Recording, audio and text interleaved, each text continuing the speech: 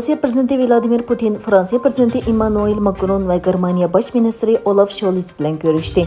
Kreml sarayı e'lon qilgan bayonotida Putinning Macron va Scholzga Ukrainadagi haqiqiy vaziyat haqida ma'lumot berganligi bayon qilingan. Germaniya hukumatining bayonotchisi taraflarning yig'inning boshqa mazmuniga qarata bayonot e'lon qilmasligiga qo'shilganligini aytdi.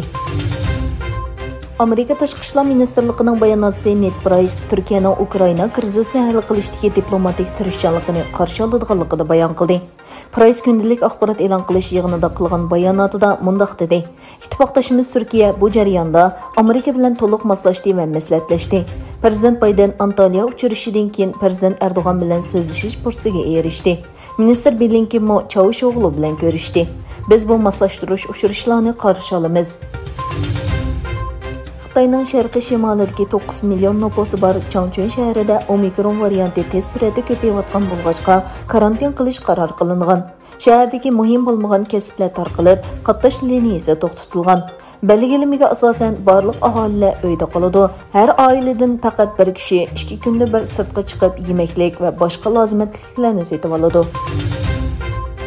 Afg'onistondagi Taliban vaqtliq hukumatining muavin tashqi ishlar ministri Amir Khan Muttaqi Antaliya diplomatiyasi munbiriga qatnashish jarayonida Anadolu agentligi muxbirining savollariga javob berdi. Muttaqi Amerika bilan bo'lgan munosabatning yaxshilanayotganligini bayon qilib, Afg'onistonning siyosiy iqtisodni asos qiladi. Shunga dunyodagi barliq davlatlar bilan yaxshi munosabatni taraqqiy qildirishi mumkin dedi.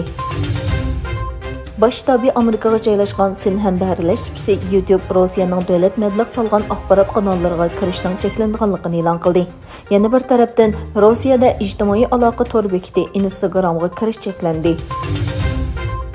Amerika Davlat Mudofaa Ministrligi Shimoliy Koreyaning 26 fevral va 4 mart yangidan taraqqiy qildirilgan qit'alar aro uchadigan boshqarilgan bombani sinov qilganligini bayqaganligini e'lon qildi.